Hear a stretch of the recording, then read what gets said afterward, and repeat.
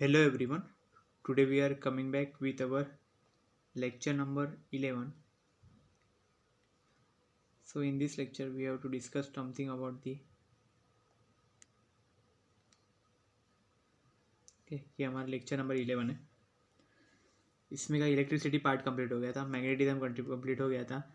अभी इसमें का हमने कुछ ये टॉपिक्स लिए थे, electric current and ohms law का. ओके, तो हमें इसमें का ये स्टडी करना है. Okay, electric current, Ohm's law. तो इसके बेस्ड पे हमने न्यूमेरिकल्स देखने कि एक्चुअल में किस तरह के प्रॉब्लम्स एक्चुअल में पूछे जाते हैं. ओके, न्यूमेरिकल्स में कैसे हम लोग उसका फॉर्मूला अप्लाई कर सकते हैं, वो कैसे सॉल्व किया जाता है, कि वो सब देखेंगे. सिंपल फार्मूला है, सिंपल क्वेश्चन आते हैं इसके ऊपर भी. तो वन बाय वन वो कुछ हम लोग देख लेते हैं. तो पहले इसका कुछ फार्मूला डिस्कस कर लेते हैं. तो रिव्यू देख लेते हैं. पहले लास्ट लेक्चर में हमने क्या देखा है वो पहले देख लेते हैं. ओके, इसके बेसिस पे हमें आगे यूज़ करना है ना ये सब फॉर्मूलेस. तो देखो क्या देखा था हमने, electric current equal to charge upon time. Okay, तो हमने ये देखा था कि इलेक्ट्रिक करंट का डेफिनेशन एक्चुअल में क्या होता है. इलेक्ट्रिक करंट एक्चुअल में क्या होता है, द फ्लो ऑफ चार्ज. मतलब ये जो चार्जेस है, देखो ये क्यू ऐसे लिखा हुआ है ना, ये सब चार्ज को यहाँ पे दिखा रहा है. और जो एरो दिखा रहा है ना, वो एक्चुअल में उसका मोशन है. मतलब वो एक्चुअल में मोशन कर रहा है. ओके, यहाँ पे मूव कर रहा है, आगे की साइड यहाँ पे जा रहा है, ये साइड ऐसे जा रहा है, जहाँ पे एरो दिखा रहा है वो डायरेक्शन में वो जा रहा है.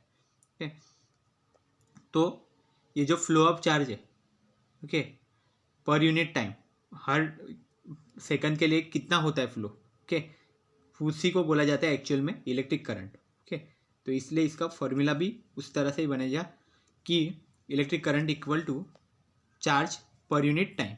ओके, तो इसलिए हमने ये फॉर्मूला ऐसे लिखा है, electric current equal to charge per unit time. Okay, then इसको सिम्बॉलिकली अगर दिखाना चाहे तो इलेक्ट्रिक करंट एक्चुअल में हम लोग दिखाते हैं आई से. ओके, आई से दिखाते, तो मैं यहाँ पे आई लिख देता हूँ. ओके, और जो चार्ज होता है उसको हम लोग क्या कैसे दिखाते हैं, ये सिंबल है, मतलब क्यू से ही दिखाते हैं चार्ज को.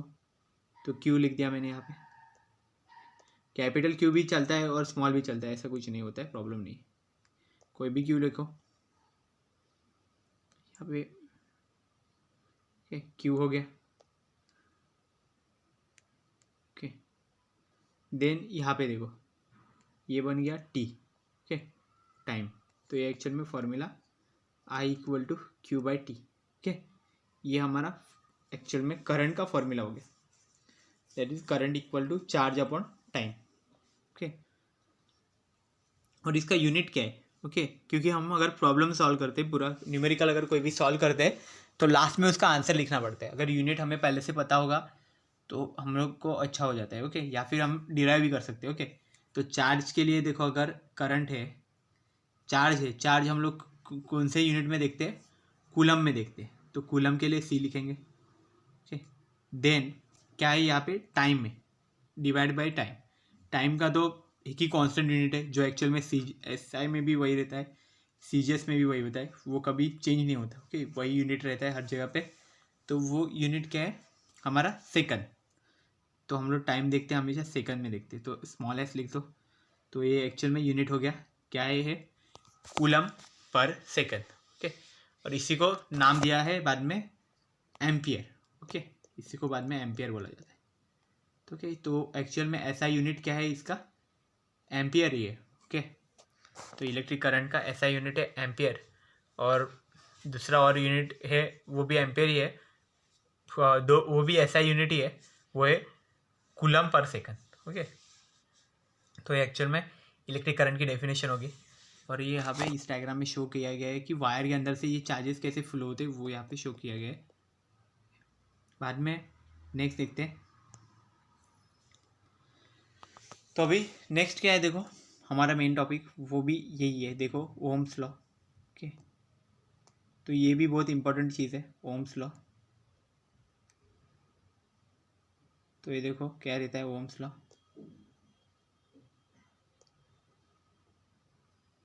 तो ओम्स लॉ ऐसे देखो, मैं यहाँ पे लिख देता हूँ ओम्स लॉ. तो ओम्स लॉ में एक्चुअल में क्या बताया गया कि जब फिजिकल जो इसके कैरेक्टरिस्टिक, ओके, मतलब डायमेंशन या फिर वो सब बाकी के टेम्परेचर वगैरह, तो ये अगर सेम रखते, ओके, और वो टाइम पे अगर इसका पोटेंशियल है बैटरी का, अगर दोनों टर्मिनल का जो पोटेंशियल है, ओके, अगर वो पोटेंशियल अगर कांस्टेंट, अगर ये जो पोटेंशियल है एक्चुअल में ये अगर प्रोपोर्शनल है करंट के साथ, करंट जो फ्लो हो रहा है उसके अंदर से कंडक्टर में से, और कंडक्टर के दोनों पॉइंट्स का पोटेंशियल अगर ये कांस्टेंट है, तो वो टाइम पे अगर ये प्रोपोर्शनल है तो ये एक्चुअल में ओम्स लॉ रहता है, ओके। तो इसको फिर हमने कांस्टेंट कंसीडर करके फिर उस कांस्टेंट को हम लोग ये कंसीडर करते हैं, तो ये तो V is equal to R I या फिर आई आर बोलते हैं ना, ये एक्चुअल में ओम्स लॉ रहता है, V is equal to R I, okay. तो ये एक्चुअल में बहुत इंपॉर्टेंट है, यही एक्चुअल में ओम्स लॉ हमसे कंसीडर करते हैं, ओम्स लॉ, ओके।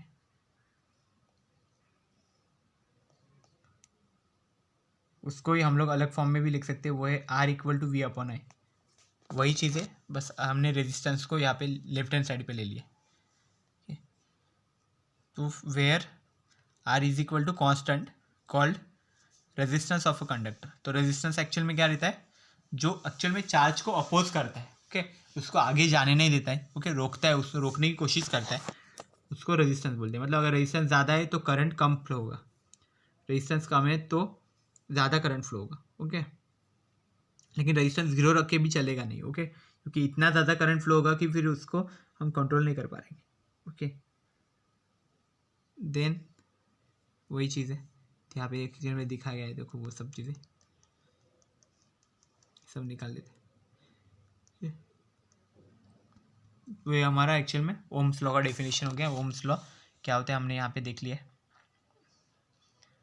अभी इसके बेसिस पे हम लोग कुछ प्रॉब्लम सॉल्व करेंगे तो हमें पता चल गया, ओके। न्यूमेरिकल्स देखेंगे तो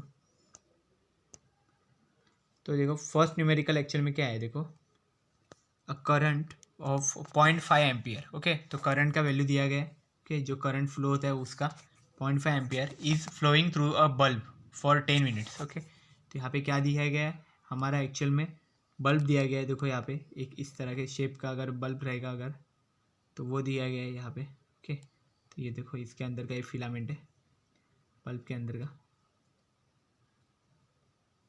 ओके। तो यहाँ से ये पूरा लाइट ऐसे निकलेगा, तो ये बल्ब है हमारा, ओके। तो ये क्या बताया गया, देखो 0.5 एम्पियर करंट इसमें से फ्लो हो रहा है, और वो भी 10 मिनट के लिए, ओके। टाइम भी दिया हुआ है कितने टाइम के लिए वो करंट फ्लो हो रहा है, तो ये एक्चुअल में टाइम देखो क्या दिया है, 10 मिनट्स में दिखा है। तो 1 मिनट मतलब कितना रहता है, 1 minute is equal to 60 second दिखाया जाता है ना, 60 सेकंड, ओके। तो अगर 10 मिनट करना है हमें तो क्या करना पड़ेगा, ये 60 को मल्टीप्लाई करना पड़ेगा 10 से, तो 60 इंटू 10 अगर करते हैं तो कितना बनेगा, 600 बन जाएगा वो एक्चुअल में, 60 इंटू 10 करेंगे तो 600, तो 600 सेकंड्स हमारे बनेंगे 10 मिनट्स के लिए, ओके। तो हमने वही लिखा हुआ देखो यहाँ पे ऊपर, 10 मिनट्स मतलब कितना होगा 600 सेकंड्स, तो ये देखो 600 सेकंड 10 मिनट के लिए लिख दिया। और जो करंट जो फ्लो हो रहा है बल्ब में से उसकी भी वैल्यू लिख दिए, वो कितना है 0.5 एम्पियर, वो एक्चुअल में इसका करंट है। और हमें फाइंड क्या करना है, देखो find the charge flowing through the circuit. तो ये जो एक्चुअल में है ये एक्चुअल में सर्किट रहेगा, ओके। सर्किट में यहाँ पे बैटरी होगा कि ये ऐसा बैटरी जैसा रहेगा, देन यहाँ पे कोई ना कोई रेजिस्टेंस रहेगा यहाँ पे, ओके। और ये ऐसा मतलब ये सर्किट ऐसे बनता है, यहाँ पे रेजिस्टेंस रहेगा, ये एक्चुअल में बैटरी रहेगा, इसका पोटेंशियल रहेगा कुछ ना कुछ, यहाँ पे प्लस माइनस ऐसे, ये यहाँ पे इसको ये बल्ब कनेक्टेड है ऐसा हमने दिखा है, ओके। बल्ब को भी दोनों टर्मिनल्स रहेंगे। सो अभी क्या है, हमें फाइंड करना है इसका करंट, इसमें से जो charge flowing through the circuit. तो अगर चार्ज हमें फाइंड करना है तो चार्ज फाइंड करने के लिए हमें करंट तो दिया गया है और इसका टाइम भी दिया गया है। तो हमें फॉर्मूला कौन सा, हमारा करंट का फॉर्मूला पहले लिखो, आई इक्वल टू क्या लिखना है, चार्ज अपॉन टाइम, ओके। तो क्या लिखेंगे, I equal to Q by T. अभी आई दिया है, टी दिया है, तो क्यू के फॉर्म में लिख दो। क्यू के फॉर्म में लिखा तो क्या, क्यू को एक साइड ले लो लेफ्ट साइड और बाकी को सबको राइट साइड भेज दो, मतलब Q is equal to I into T, okay. I into T हो गया। अभी आई की वैल्यू क्या है 0.5 और टी की वैल्यू है 600, तो कितना 0.5 मतलब 5 इंटू 10⁻⁻1 और 6 इंटू 10⁻2 हो जाएगा, 6 इंटू 10⁻2 हो जाएगा वो। तो ये कितना बन जाएगा, ये टोटल बन जाएगा कि 5, मतलब ये -1 और ये 2, तो ये कितना बन जाएगा यहाँ पे 300, यहाँ पे आंसर हो जाएगा। ओके, मतलब 30 इंटू 6 इंटू 5 इंटू 10 बन जाएगा, मतलब कितना 300। ओके, तो ये चार्ज का ये आंसर है 300 कूलम। नेक्स्ट देखते हैं, सेकेंड क्वेश्चन देख लो। अभी क्या है, the charge flowing through the circuit is 360 coulomb. Okay, तो चार्ज की वैल्यू दी है, वो एक्चुअल में कूलम में दी है 360 कूलम, ऐसे चार्ज की वैल्यू डायरेक्ट दिया हुआ है। ओके, तो डायरेक्ट वैल्यू दिया है तो डायरेक्ट आप लिख सकते हो Q equal to 360C। Okay, मतलब 360 coulomb of charge is flowing through the circuit. Okay, जो सर्किट दिया होगा उसमें से ये 360 कूलम का चार्ज वहाँ पे फ्लो हो रहा है। तो यहाँ पे Q इक्वल टू 360 यहाँ पे मेंशन कर दो गिवन में। Then find the current flowing through a bulb in 15 minutes. तो करंट को यहाँ पे फाइंड करना है, तो I इक्वल टू यहाँ पे क्वेश्चन मार्क लिख दो। देन लिखा है कि current through a bulb in 5 minutes. Okay, 15 minutes. Okay, तो टाइम भी दिया गया है, तो टाइम अगर दिया गया है तो टाइम भी मेंशन करो। तो टाइम कितना दिया गया है यहाँ पे 15 मिनट्स का टाइम दिया गया है। तो ये देखो टाइम यहाँ पे भी मिनट में दिया है, हमें इसको कन्वर्ट करना पड़ेगा हमें सेकंड्स में। तो हमारा 1 मिनट मतलब कितना रहता था, 60 सेकंड्स दिया गया था। ओके, 1 मिनट मतलब, तो अगर 10 मिनट है तो ये 60 का कितना बनेगा, 60 को मल्टीप्लाई करना पड़ेगा। तो कितना 15 इंटू 16, 60 से मल्टीप्लाई कर दिया तो 15 6 90 बन जाएगा, और ये फिर 0 आ जाएगा, तो 90 सेकेंड हो जाएगा यहाँ पे। ओके, तो कितना हो गया 15 इंटू 60, देखो 900 सेकेंड बन जाएगा। तो ये एक्चुअल में हमारा टाइम बन जाएगा। तो टाइम हमारा कितना है 900 सेकेंड से, और जो हमारा देखो टाइम हमारा बन गया है 15 मिनट्स मीन्स 900 सेकेंड्स बन गया, ये हमारा टाइम हो गया। ओके, आई हमको फाइंड करना है, क्यू की वैल्यू भी दी है, वो कितना 360C दी है। तो हम पहले आई का फॉर्मूला लिखेंगे, तो कितना बन जाएगा Q/T। हमें फाइंड भी आई करना है, तो कुछ चेंज करने की ज़रूरत नहीं है, बस अभी वैल्यूज़ पुट करो। तो वैल्यूज़, चार्ज का वैल्यू कितना है हमारा 360C, तो 360 लिख दिया। ओके, C भी लिख देता हूँ यहाँ पे। एंड देन यहाँ पे क्या लिखा है, टाइम का वैल्यू, तो टाइम का कितना है हमारा 900 सेकंड्स है, तो 900 लिख देता हूँ। यहाँ पे मैं यूनिट लिख देता हूँ, वो सेकंड है। देन ये 0 से 0 कैंसिल कर दो। देन ये कितना बन जाएगा, देखो अगर यहाँ पे मैं लिखता हूँ 4 9 36 बन जाता है यहाँ पे। ओके, और इस यहाँ पे अगर मैं लिखता हूँ तो ये 90 से भी आप लिख सकते हो। देखिए ना, इसको 9 से अगर आप करते हो तो कितना बनेगा, 9 10 यहाँ पे 90 हो जाएगा, 9 4 यहाँ पे 36 हो जाएगा, तो 4/10 हो जाएगा। 4/10 मीन्स यहाँ पे 0.4 यहाँ पे बन जाएगा। ओके, तो यहाँ पे 0.4 एम्पियर हो जाएगा, तो यहाँ पे 0.4 एम्पियर बन जाएगा करंट का।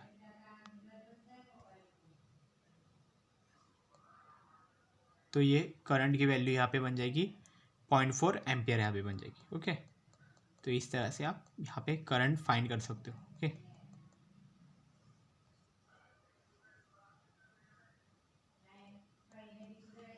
0.4 एम्पियर।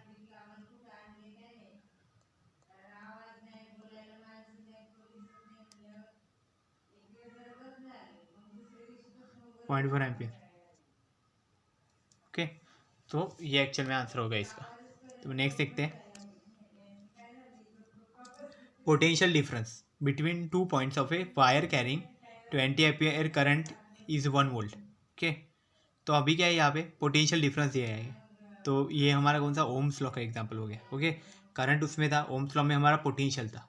तो हमने यहाँ पे क्या बताया, एक वायर बताया गया। ओके, ऐसा वायर है, तो उसके दोनों पॉइंट्स का इन्होंने पोटेंशियल ले लिया। यहाँ के ये पॉइंट से इसके एक पॉइंट ए कंसिडर करते हैं, एक बी कंसिडर करते हैं, तो दोनों पॉइंट का जो पोटेंशियल डिफरेंस है वो इन्होंने काउंट किया है, और वो एक्चुअल में क्या बताया 1 वोल्ट का पोटेंशियल है। तो वी वहाँ पे क्या हो गया 1 वोल्ट। ओके, ये वैल्यू आ गई। ओके, ये पोटेंशियल आ गए। तो यहाँ पे पोटेंशियल का value V equal to 1 volt.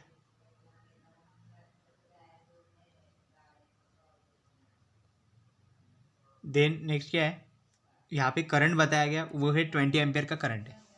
Okay, तो 20 एम्पियर का करंट है, I equal to 20 ampere. Okay, ये करंट है। Then find the resistance between this points. तो अभी क्या करना है, हमें रेजिस्टेंस फाइंड करना है। तो मतलब हमें फाइंड क्या करना पड़ेगा, यहाँ पे R फाइंड करना पड़ेगा। तो देखो अगर V दिया है, I दिया है और R फाइंड करना है, तो इसका मतलब कौन सा फॉर्मूला है, हमारा ओम्स लॉ यूज़ करना पड़ेगा हमें। ओके, इतना मतलब फॉर्मूला से ही पता चल जाता है कि कौन सा फॉर्मूला यूज़ करना पड़ेगा।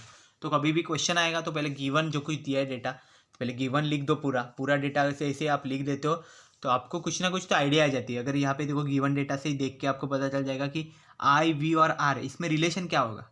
तो ओम्स लॉ का रिलेशन है यहाँ पे। ओके, ओम्स लॉ का रिलेशन ये देखो, ये ओम्स लॉ का रिलेशन है। तो ये एक्चुअल में इससे पता चल जाता है। तो अभी हम लोग सॉल्व करेंगे। तो क्या बोलेंगे इसको, according to Ohm's law. Okay, Ohm's law use करेंगे। तो ओम्स लॉ क्या है, ऐसे रहता है हमारा ओम्स लॉ। तो वैसे V is directly proportional to I। इसको यहाँ पे डायरेक्टली प्रोपोर्शनल की जगह पे हमने R लिखा था। ओके ना, वहाँ पे कांस्टेंट बाद में, तो वो हम लोग डायरेक्ट लिखते हैं V is equal to I R। Okay, तो V equal to I into R लिखेंगे। हमें फाइंड क्या करना है, यहाँ पे R फाइंड करना है। तो R के फॉर्म में लिख दो, R को एक साइड रख दो और V और I को एक साइड ले लो, मतलब V अपॉन I बन जाएगा, R equal to V upon I। तो क्या बन जाएगा यहाँ पे, R equal to V upon I। Okay, तो ये एक्चुअल में फॉर्म बन जाएगा R equal to V upon I। तो V की वैल्यू क्या होगी, V की वैल्यू है 1 वोल्ट। ओके, और I की वैल्यू कितना है, 20 एम्पेयर होगा, वोल्ट पर एम्पेयर। ये ऐसा रेजिस्टेंस बनेगा। ओके, तो अभी क्या बन गया, ये 1/20 बन गया। तो 1/20 इक्वल टू क्या बन जाता है कभी भी, अगर 1/20 है मतलब क्या, 1/2 इंटू फिर 10 को ऊपर ले लिया, 10⁻⁻1 लिख दिया। तो 1/2 अक्षर में 0.5 बन जाता है, 0.5 इंटू 10⁻⁻1। तो मतलब वो क्या होगा, 0.005, 0.05 बनेगा, 0.05। और वो रेजिस्टेंस है, मतलब रेजिस्टेंस का यूनिट लिखना पड़ेगा। तो वो कितना होगा, ओम बन जाएगा। ओके, तो ये एक्चुअल में यूनिट बन जाएगा ओम। तो रेजिस्टेंस का यूनिट बन जाएगा ओम, 0.05 ओम। ओके, देन नेक्स्ट यहाँ पे देख सकते हैं हम, रेजिस्टेंस हो गया, यहाँ पे फाइंड कर लिया। नेक्स्ट क्वेश्चन देखते हैं, what is the potential difference between 2 points of a wire carrying 30 ampere current if resistance between them is 0.6 ohm. Okay, तो क्या है देखो, एक वायर है, उसके 2 पॉइंट्स है। ओके, वायर बोलेगा तो उसके 2 पॉइंट्स रहते ही है। ओके, 2 टर्मिनल्स, तो दोनों का भी पोटेंशियल डिफरेंस यहाँ पे फाइंड कर लिया है। ओके, ए पॉइंट हो गया, ये बी पॉइंट हो गया, 2 पॉइंट्स हो गए, दोनों का बीच का वो पोटेंशियल डिफरेंस फाइंड कर दिया। वो क्या बोला है, वो पूछा है एक्चुअली में, पोटेंशियल डिफरेंस ही पूछा है ये दोनों के बीच का। तो क्या बोला है कि उसके लिए उन्होंने दिया क्या क्या है, देखो उसके इस वायर के अंदर से जो करंट पास हो रहा है ना, इसके अंदर से जो करंट पास होगा, ये करंट का डायरेक्शन दिखा रहा हूँ। तो ये करंट यहाँ से पास हो रहा है, ए से लेके बी से। तो वो करंट की वैल्यू दी गई है, मतलब ये आई की वैल्यू दी गई है 30 एम्पियर्स, 30 ए लिख देता हूँ। ठीक है, यहाँ पे एक्चुअल में एम्पेयर के लिए ये। If resistance between them is, resistance भी वैल्यू दी गई है। ओके, रेजिस्टेंस की भी वैल्यू गिवन है। तो ये देखो आर की वैल्यू यहाँ पे क्या बन जाएगी, 0.6 ओम बन जाएगी।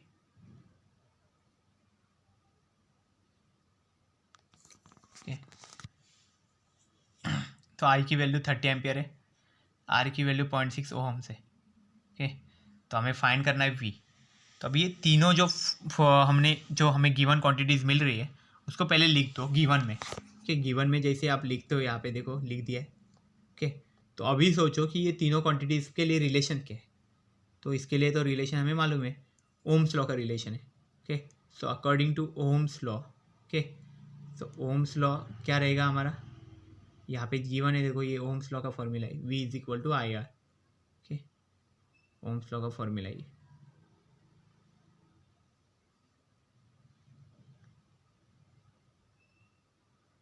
V is equal to I are.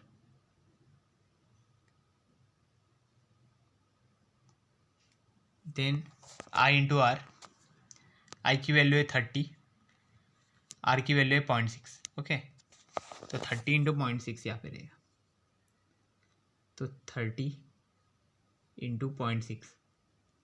ऐसे अगर हमें काउंट करना है तो क्या बनेगा, देखो इसमें 3 इंटू 10 बनेगा और ये 6 इंटू 10⁻1 बनेगा। तो 10 और 10⁻1 और 10⁻1 वो कैंसिल हो सकता है। सो 6 3 ज़ा हमें डायरेक्ट करना पड़ेगा, तो ये एक्चुअल में क्या बनेगा हमारा, सिर्फ 3 इंटू 6 बन जाएगा, ये दोनों भी यहाँ से निकल जाएंगे और फिर बनेगा ये 18। 3 6 ज़ा कितना होगा, 18 बन जाएगा ये एक्चुअल में। ओके, तो ये एक्चुअल में वैल्यू बन गई यहाँ पे 18 वैल्यू। मतलब कितना हो गया हमारा, जो पोटेंशियल डिफरेंस है दोनों पॉइंट के बीच का, अगर हम लोग फाइंड करते हैं यहाँ पे, जो वायर दिया गया था इसके दो टर्मिनल से, दोनों टर्मिनल्स के बीच का अगर पोटेंशियल फाइंड कर रहे हैं हम लोग, एक करंट दिया गया है उसके साथ कुछ, और फिर रेजिस्टेंस भी गिवन है, और रेजिस्टेंस और करंट गिवन है, तो हम लोग ओम्स लॉ यहाँ पे यूज़ किया हमने, और फिर हमें जो एक्चुअल में वैल्यू मिली, ओके, जो हमारे जो पोटेंशियल की वैल्यू हुई, ओके, तो वो कितनी मिली हमें, 18 वोल्ट यहाँ पे वैल्यू मिल गई। ओके, तो ये याद रखो सेव, कि ये फॉर्मूला कौन सा यूज़ करना है, ये मैंने याद रखो। नेक्स्ट देखते हैं फिफ्थ जो प्रॉब्लम है। देखो फिफ्थ जो न्यूमेरिकल है वो क्या है, और चार्ज ऑफ 600 कूलम। तो यहाँ पे चार्ज की वैल्यू दी गई है हमें। ओके, जो चार्ज एक्चुअल में फ्लो हो रहा है करंट के साथ साथ, तो वो चार्ज की हमें वैल्यू यहाँ पे गिवन है। ओके, चार्ज अगर गिवन है तो हम लोग उसको लिख सकते हैं Q is equal to 600 coulomb. Okay, तो कूलम में है तो कुछ प्रॉब्लम नहीं हमें, क्योंकि वो ऐसा यूनिट है। देन क्या बोला, is flowing through a circuit in 5 minutes. तो ये सर्किट में से करंट, ये जो चार्ज फ्लो हो रहा है, ओके, चार्ज फ्लो हो रहा है, उसका टाइम दिया गया है कि वो कितने टाइम में वो चार्ज फ्लो हो रहा है एक्चुअल में सर्किट में से। तो वो चार्ज की वैल्यू कितने दी है, और जो टाइम की वैल्यू है वो कितनी दी है, 5 मिनट्स दी है। तो अभी वापस मिनट में दी है, 1 मिनट का हमें मालूम है। देखो 1 minute is equal to what, how much second, it is a 60 seconds. Okay, ये मालूम है ना। तो हमें क्या करना है, अभी फाइंड करना है फॉर 5 मिनट्स। ओके, तो ये अगर 1 मिनट के लिए 60 है, तो 5 मिनट के लिए क्या रहेगा, ये 60 इंटू 5 बन जाएगा। 60 इंटू 5, 60 इंटू 5 कैलकुलेट करो, वो बनेगा 6 5 30, और एक जो बचा हुआ जीरो है वो लिख देंगे, तो बनेगा ये 300 सेकेंड्स बन जाएगा। Okay, 5 minutes means 300 seconds. तो यहाँ पे ये लिख दो। ओके, तो ये मैंने लिख दिया 1 मिनट मतलब 5 मिनट, टी मतलब टाइम जो है हमारा 5 मिनट्स है, 5 मिनट्स मतलब 300 सेकेंड। तो अभी फॉर्मूला देखो क्या क्या है। आई पूछा है, क्यू गिवन है, टी गिवन है। तो आई का जो जनरल फार्मूला है वो डायरेक्ट यूज़ करो यहाँ पे। जो आई का डायरेक्ट जो फार्मूला है गिवन, ओके, तो वो अगर यूज़ करते हैं हम लोग, तो हमें क्या मिलेगा, देखो I is equal to Q upon T. Okay, I equal to charge upon time. Okay, तो चार्ज का वैल्यू देखो यहाँ पे क्या है, 600 कूलम है। मैं यहाँ पे कूलम लिख देता हूँ, मतलब कूलम पर सेकंड्स में हमें आंसर मिलेगा। तो इस कूलम, यहाँ पे कूलम हो गया। देन यहाँ पे क्या लिखा है, जो टाइम है वो कितना है, 5 मिनट्स। 5 मिनट्स मतलब कितना, 300 सेकंड्स। तो यहाँ पे मैं लिख देता हूँ 300 seconds.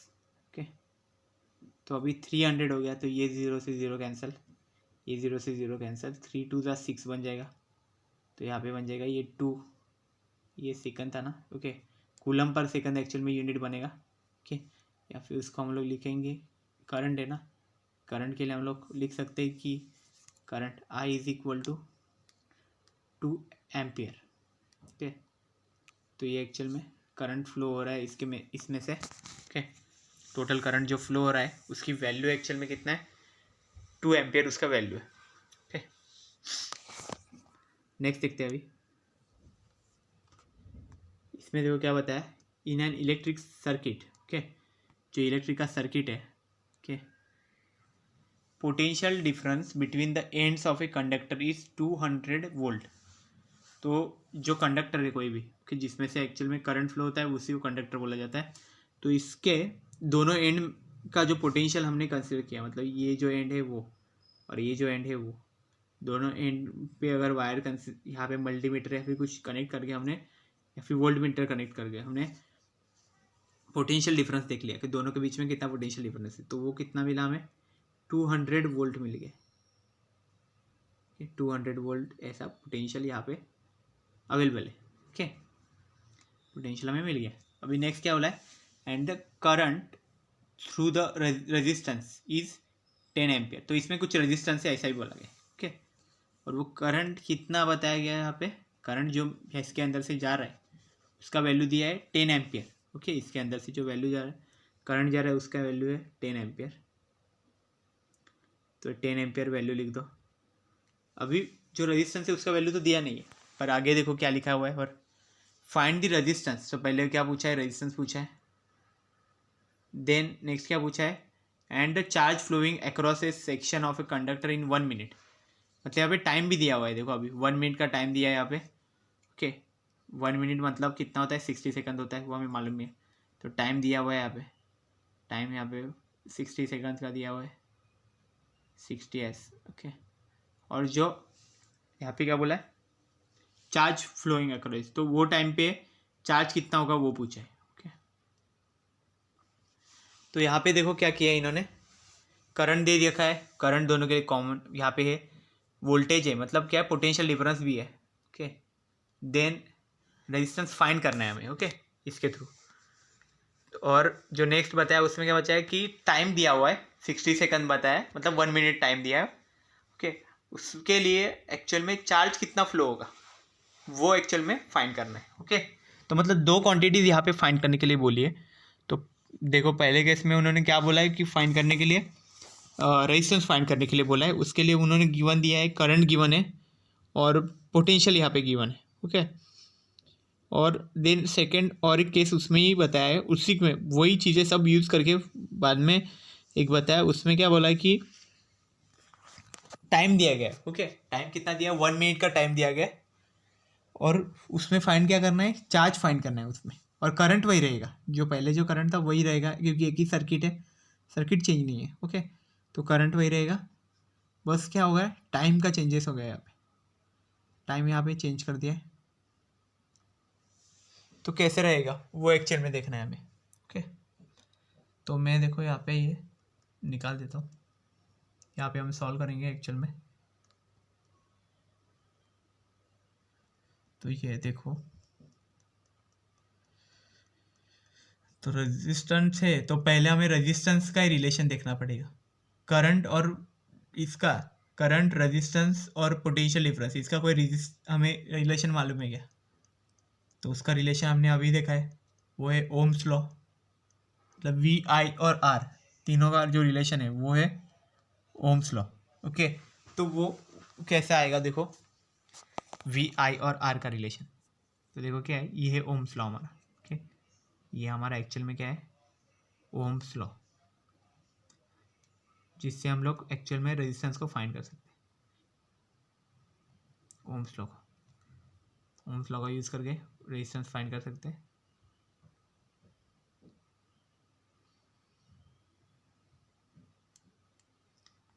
V is equal to I R is equal to V upon I. तो अभी V का वैल्यू कितना है, 200 वोल्ट, और I का वैल्यू कितना है, 10 है, 10 एम्पियर है। तो 200 अपॉन 10 लिखना है, तो कितना, 0 से 0 कैंसिल, बचा है सिर्फ 20 ओम। तो R कितना हो गया, 20 ओम बन गया, R की वैल्यू बन गई 20 ओम।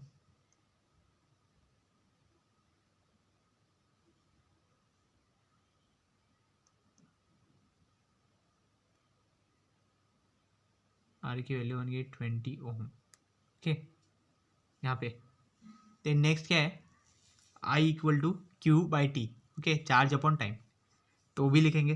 तो यहाँ पे लेकिन हमें फाइंड क्या करना है, चार्ज फाइंड करना है। तो चार्ज के फॉर्म में लिख दो उसको, Q equal to I into T लिख देते। Okay, Q equal to I into T. तो आई का वैल्यू क्या है हमारा 10 एम्पियर है, टी का वैल्यू है 60 सेकंड्स। तो मल्टीप्लाई कर दो दोनों को, 10 इंटू 60 लिख दो। 10 इंटू 60 लिख दिया तो क्या बन जाएगा यहाँ पे 600। तो 600 कूलम, ये एक्चुअल में हमारा आंसर हो जाएगा इसका। तो क्यू इक्वल टू क्या हो जाएगा 600 कूलम। तो ये हमारा एक्चुअल में ऐसा प्रॉब्लम था कि इसमें एक्चुअल में दोनों भी हमारे फॉर्मूलाज क्लियर हो गए। मतलब हमने ओम्स लॉ भी यहाँ पे यूज़ किया है और इलेक्ट्रिक करंट का भी जो फॉर्मूला था वो भी यूज़ कर लिया। और ओम्स लॉ यूज़ करके हमने यहाँ पे रेजिस्टेंस फाइंड किया और इलेक्ट्रिक करंट का फॉर्मूला यूज़ करके हमने एक्चुअल में चार्ज फाइंड कर लिया। Okay, so this is all about the numericals based on it. अभी क्या करेंगे, कुछ क्वेश्चन देखते हैं जो हमारे क्वेश्चन बैंक के कुछ बाकी थे, मतलब हमारे मैग्नेटिक फील्ड के भी अभी तो कुछ क्वेश्चन बाकी थे, तो वो रिमेनिंग क्वेश्चन पहले कर लेते हैं। ठीक है, तो देखो फर्स्ट देखो क्या होगा, क्वेश्चन बैंक अगर हम लोग ले रहे हैं तो क्वेश्चन बैंक में हमें क्या क्या देखने को मिलेगा। देखो क्वेश्चन बैंक यहाँ पे ले लिया, तो फर्स्ट देखो क्या है, first question, magnetic lines of force contract. Okay, तो मैग्नेटिक लाइन्स ऑफ फोर्स जो थे ना वो कैसे लॉन्जिट्यूडनली कॉन्ट्रैक्ट होते रहते। ओके, तो ये लॉन्जिट्यूडनली यहाँ पे आंसर बन जाएगा। Magnetic lines of force expand कैसे होते हैं, वो एक्चुअली लैटरली ओके एक्सपांड हो रहे थे। तो ये आंसर्स एक बार हमारे जो नोट्स थे ना उसमें भी आप कंफर्म करके देख लेना, ठीक है ना। कुछ भी अगर गड़बड़ लग रही है तो लॉन्जिट्यूडनल और लैटरल उसमें देख लेना, ठीक है ना। Then the lines of force are unaffected by dash dash materials. Okay, तो क्या रहता है, जो लाइन्स ऑफ फोर्स रहते हैं वो एक्चुअल मतलब यहाँ पे लाइन्स ऑफ फोर्स नहीं लिखना चाहिए था, यहाँ पे मैग्नेटिक लाइन्स ऑफ फोर्स आएगा। ओके, वर्ड बीच में मैग्नेटिक लाइन्स ऑफ फोर्स भी वर्ड्स डाल दो। ओके, तो मतलब मैग्नेटिक लाइन्स ऑफ फोर्स है वो एक्चुअल में कौन से मटेरियल से जिस पे अनअफेक्टेड है। ओके, कुछ पे कुछ इफेक्ट नहीं होगा। तो देखो मैग्नेटिक मटेरियल रहेगा तो उस पर तो अफेक्टेड रहेंगे, मैग्नेटिक लाइन्स ऑफ फोर्स है मतलब मैग्नेटिक पे तो वो अफेक्टेड रहेगा। देन जो सेमी मैग्नेटिक है उसमें भी कुछ अमाउंट में मैग्नेट रहता ही है ना, तो जिसमें कुछ अमाउंट में मैग्नेट है उसमें मैग्नेटिक मटेरियल अफेक्ट तो करेगा ही, तो उसमें भी कुछ ना कुछ अफेक्ट होगा।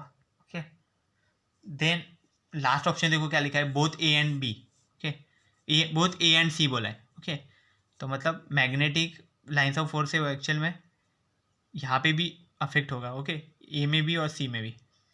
लेकिन बी देखो क्या है, नॉन मैग्नेटिक। नॉन मैग्नेटिक मतलब ऐसा ऐसा जो जिसमें मैग्नेट का कुछ भी नहीं है, कुछ भी कंटेंट नहीं है जिसमें मैग्नेट जैसा कुछ मतलब वो बिहेव करेगा ही नहीं, कुछ नहीं।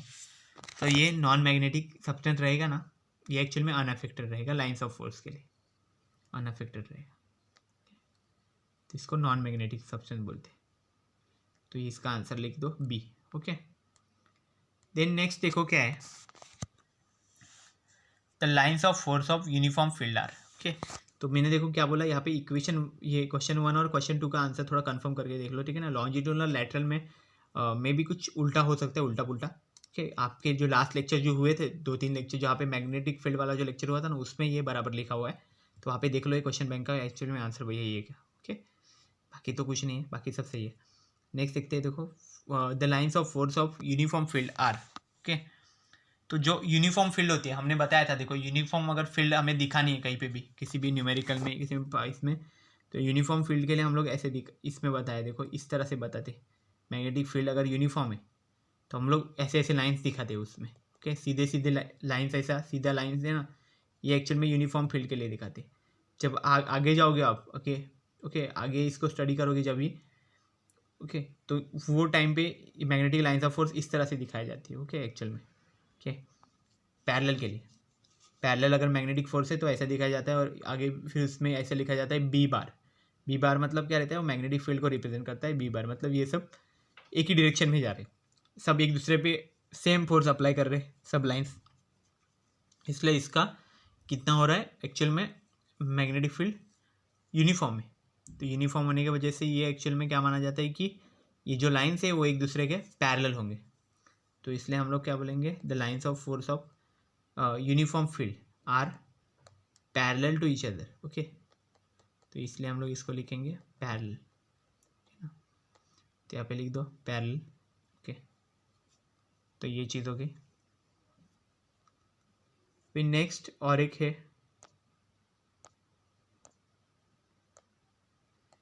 तो देखो क्या बताया गया, lines of force of non uniform field are. तो जो नॉन यूनिफॉर्म रहती है ना, उसका क्या रहता है, थोड़ा सा मैग्नेटिक फील्ड यहाँ पे दिखाएगा, थोड़ा यहाँ पे कर्वेचर, यहाँ पे फिर ऐसा थोड़ा ऐसा थोड़ा ऐसा, कैसे भी दिखा देंगे वहाँ पे बोले। ठीक, इस तरह से मतलब अलग अलग फॉर्म में यहाँ पे दिखाया जाता है एक्चुअल में मैग्नेटिक फील्ड को। ओके, क्योंकि वो नॉन यूनिफॉर्म है ना, तो उसमें क्या होगा कि कोई किसी पे ज़्यादा फोर्स अप्लाई कर रहा होगा, कोई कम है फोर्स अप्लाई कर रहा होगा, तो मतलब कर्व ही रहेंगे लेकिन ऐसे अलग अलग टाइप में रहेंगे। कोई सीधा जाएगा ऐसा नहीं है। ओके, कोई पैरेलल रहने वाले बहुत कम रहेंगे। ओके, इसमें पैरेलल रहेंगे ही नहीं, कोई थोड़ा टेढ़ा, कोई ज़्यादा ही कर्व, कोई पैराबोला टाइप, कोई वैसा, मतलब ऐसे रहेंगे। ओके, तो ये तरह के जो मैग्नेटिक फील्ड्स रहेंगे उनको क्या बोला जाएगा एक्चुअल में, नॉन यूनिफॉर्म मैग्नेटिक फील्ड उसको बोला जाता है। तो उनको क्या बोला जाए, नॉन यूनिफॉर्म मैग्नेटिक फील्ड। और वो क्या बोलते हैं, the lines of force of non uniform field are curved बोलते हैं उसको। ठीक है, कर्व के फॉर्म में होते हैं, तो क्लियर है। देन नेक्स्ट देखो क्या बोला है, the lines of force are crowded in a region where the magnetic field is. तो क्या रहता है, देखो ऐसे जो हमने बार मैग्नेट कंसिडर किया, यहाँ पे एन है, यहाँ पे एस है, तो यहाँ से जब यहाँ पे निकलते तो देखो यहाँ से निकल के यहाँ चले जाते एस में। देन यहाँ पे भी पोल है, देखो यहाँ पे एक पोल है और यहाँ पे भी पोल रहता है, नॉर्थ और साउथ का बीच में। तो जहाँ से निकलते हैं वो दिन यहाँ पे इस पोल पे आ जाते, एक पोल से दूसरे पोल में। देन यहाँ से निकल के यहाँ पे आ जाते, फिर वहाँ से फिर यहाँ से निकल गए वो तुरंत यहाँ से निकल गए, देन अगेन यहाँ पे, देन अगेन यहाँ से निकले इसमें चला गया, और फिर देन यहाँ से निकल के इसमें चला गया। मतलब क्या हो गया, पोल से निकल के पोल में ज़्यादा जा रहे हैं, मतलब पोल के पास में वो क्राउडेड रीजन है एक्चुअल में। ओके, तो ये पोल के पास में क्राउडेड रीजन होने का रीज़न क्या है कि वहाँ पे मैग्नेटिक फील्ड बहुत ज़्यादा है, पोल के जगह पे मैग्नेटिक फील्ड बहुत ज़्यादा है। और जहाँ पे ज़्यादा है magnetic field, okay, magnetic lines, अगर मैग्नेटिक फील्ड वहाँ पे ज़्यादा है तो वहाँ पे एक्चुअल में क्राउडेड रीजन क्रिएट होगा। जहाँ पे मैग्नेटिक फील्ड कम है, मतलब ये जो पार्ट है बीच का, यहाँ पे मैग्नेटिक फील्ड कम है, इसलिए देखो यहाँ पे जो मैग्नेटिक लाइन्स है उसके बीच में गैप बहुत ज़्यादा है। ओके, दूर दूर है मैग्नेटिक फील्ड भी। ओके, और यहाँ पे क्या पास में क्यों है इतना, क्योंकि यहाँ पे मैग्नेटिक फील्ड भी ज़्यादा है ना, इसलिए पास में। इसलिए हम लोग बोल सकते हैं कि जहाँ पे मैग्नेटिक फील्ड ज़्यादा है ना, वहाँ पे क्राउडेड रीजन रहेगा मैग्नेटिक लाइन्स ऑफ फोर्स के लिए। बाकी की जगह पे मैग्नेटिक लाइन्स ऑफ फोर्स ऐसे दूर दूर रहेंगे। देखो इतने यहाँ पे गैप कितना ज़्यादा है। ओके, और वही अगर यहाँ पे देखोगे तो बैक गैप इतना कम है, कब हम मेजर भी नहीं कर सकते कुछ जगह पे तो हम लोग गैप। ओके, तो ये चीज़ एक्चुअल में हो रही है। ओके, इसमें से हम लोग यहाँ पे ये ड्रॉ कर सकते हैं। तो ये चीज़ है, magnetic lines of force actual में क्राउडेड कौन से रीजन में होते हैं वो इस डायग्राम से आपको पता चल जाएगा, क्योंकि ये नॉर्थ पोल से निकल के साउथ पोल में तुरंत जा रहे हैं। ओके ना, तो मतलब ये क्या हो रहा है, मैग्नेटिक लाइन्स ऑफ फोर्स जो नॉर्थ पोल के पास में जो रीजन है वहाँ पे बहुत क्राउडेड हो गए, मतलब बहुत पास में, दोनों के बीच में गैप बहुत कम है। ओके, तो उसी को क्राउडेड रीजन बोलते हैं हम लोग। तो वो क्राउडेड क्यों है, क्योंकि वहाँ पे मैग्नेटिक फील्ड भी बहुत ज़्यादा है। अगर ज़्यादा मैग्नेटिक फील्ड है तो वहाँ पे वो क्राउडेड हो जाएंगे। ओके, तो इसलिए हमने वो ऐसे लिखा हुआ है। देन नेक्स्ट क्या बोला है, देखो the lines of force are separated in a region where the magnetic field is.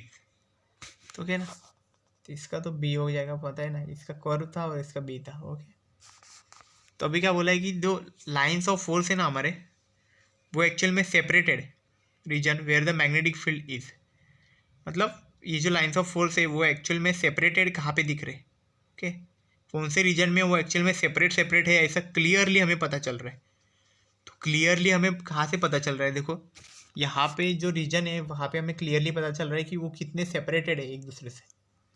क्यों, क्योंकि वहाँ पे मैग्नेटिक फील्ड कम है, मतलब ये जो पार्ट है वहाँ पे मैग्नेटिक फील्ड कम है, इसलिए इसके सामने वाले जो हमें लाइन्स ऑफ फोर्स मिल रहे हैं वो एक्चुअल में इजीली हम बता सकते हैं कि ये सेपरेटेड है। ओके, एक दूसरे में नहीं है। ओके, ये एक्चुअल में सेपरेट सेपरेट है बने हुए। ओके, तो ये चीज़ हमें यहाँ से पता चल रही। The lines of force are separated in a region where the magnetic field is the small. Okay, तो जहाँ पे मैग्नेटिक फील्ड बहुत कम है, ओके, स्मॉल बोला गया है यहाँ पे। स्मॉल का मीनिंग भी बहुत कम है वहाँ पे मैग्नेटिक फील्ड। वहाँ पे हम लोग क्या बोल सकते हैं एक्चुअल में, ये सेपरेट सेपरेट है। ओके, तो ये चीज़ है। देन नेक्स्ट देखो क्या है, नेक्स्ट क्वेश्चन देखते हैं, इसको निकाल देता हूँ पूरा। तो देखो क्या हो गया हमारा, इसका तो आंसर कर्व था, इसका क्या था, लार्ज मैग्नेटिक फील्ड। यहाँ पे जो सेपरेटेड है वहाँ पे क्या होगा, स्मॉल मैग्नेटिक फील्ड होगा। अभी नेक्स्ट देखते हैं, the total number of magnetic lines of force which flow outward from north pole of a magnet is called. Okay, तो जो हमारा मैग्नेट था ऐसा, ओके, जो बार मैग्नेट हमने बनाया था वो ऐसा था। ओके, जहाँ पे यहाँ पे एन था और यहाँ पे एस पोल था। ओके, तो इसमें क्या बताया कि जहाँ पे नॉर्थ पोल है, ओके, नॉर्थ पोल में से मैग्नेट, ओके, उसके आउटवर्ड में से जो निकलते जा रहा है मैग्नेटिक फील्ड। ओके, यहाँ पे निकल रहा है, देखो इसके आउटवर्ड में से निकल रहा है, इसके बाहर से ही निकल रहे हैं सब। तो इसको एक्चुअल में क्या बोला गया था, तो ये एक्चुअल में क्या बोला गया था, इसको बोला गया था मैग्नेटिक फ्लक्स बोला गया था। ओके, इलेक्ट्रिक फ्लक्स, फ्लक्स और डेंसिटी वो सब नहीं बोल सकते, तो ए और बी भी नहीं हो सकता, तो सी ऑप्शन हमारा ऑप्शन होगा, तो मैग्नेटिक फ्लक्स होगा।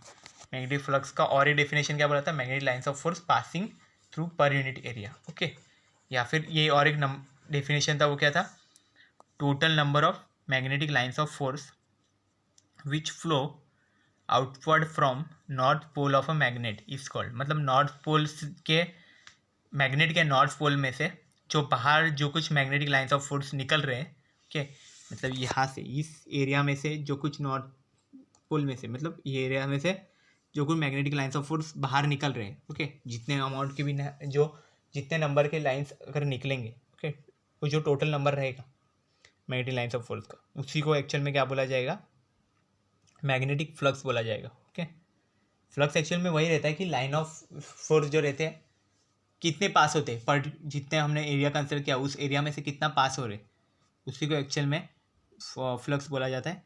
तो यहाँ पे हम लोग magnetic lines of force actual में देख रहे हैं, तो इसलिए हम लोग मैग्नेट का ही देखेंगे कि कितने पास हो रहे। तो हमने यही देखा है कि नॉर्थ पोल में से कितने बाहर निकल रहे हैं magnetic lines of force. Okay, उसी को उसका क्या बोला जाता है, हमें मैग्नेटिक फ्लक्स बोला जाता है। That is number of total number of magnetic lines of force which flow outward from north pole of a magnet, okay, is called magnetic flux। तो ये एक्चुअल में इसका डेफिनेशन है, तो इसका मैग्नेटिक फ्लक्स होगा। नेक्स्ट देखो क्या है, the SI unit of magnetic flux is. तो मैग्नेटिक फ्लक्स जो है उसका एसआई यूनिट एक्चुअल में क्या रहता है, इसका एसआई यूनिट रहता है वेबर। ओके,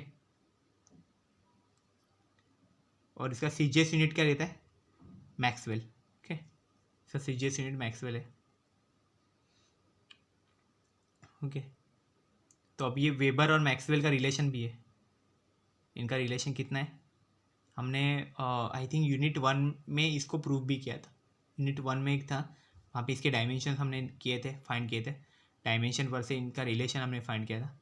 तो जो रिलेशन जो फाइंड किया था उसमें हमने वेबर और मैक्सवेल का भी एक एग्जाम्पल लिया हुआ था। तो उसमें हमने दिखाया था कि 1 वेबर इक्वल टू 10⁸ मैक्सवेल। तो ये आंसर हमारा आया था वो टाइम पे 10⁸। देन नेक्स्ट क्या है, ये देख लिया हमने मैग्नेटिक फ्लक्स, कि उसका एसआई यूनिट सीजीएस यूनिट देख लिया। ये 1 वेबर इक्वल टू हमने देखा 10⁸ मैक्सवेल है। The SI unit of magnetic field density. तो मैग्नेटिक फील्ड डेंसिटी का यूनिट देखो कौन सा है, टेस्ला भी मैग्नेटिक फील्ड डेंसिटी का यूनिट है, वेबर पर मीटर स्क्वायर, ये मीटर स्क्वायर है, ओके ना, ये ठीक से लिखो, वेबर मीटर स्क्वायर, ये भी एक्चुअल में यूनिट है। Then Newton per ammeter metre, okay, ये भी एक्चुअल में magnetic field intensity, magnetic field intensity का यूनिट है। मतलब ये तीनों के तीनों यूनिट है, तीनों के तीनों यूनिट है, तो तीन आंसर तो नहीं आ सकते, लेकिन क्वेश्चन में और एक ऑप्शन है, वो है ऑल ऑफ द अबव। तो ये एक्चुअल में आंसर आएगा। तो ये देखो, ये एक्चुअल में आंसर है हमारा all of the above. Okay, जैसा unit of magnetic field intensity is tesla weber per metre square and newton per ammeter metre. Okay, तो ये सब एक्चुअल में यूनिट हो गए इसके magnetic field intensity. So this is all about the today's lecture. If you have any doubt, you can ask. Thank you very much.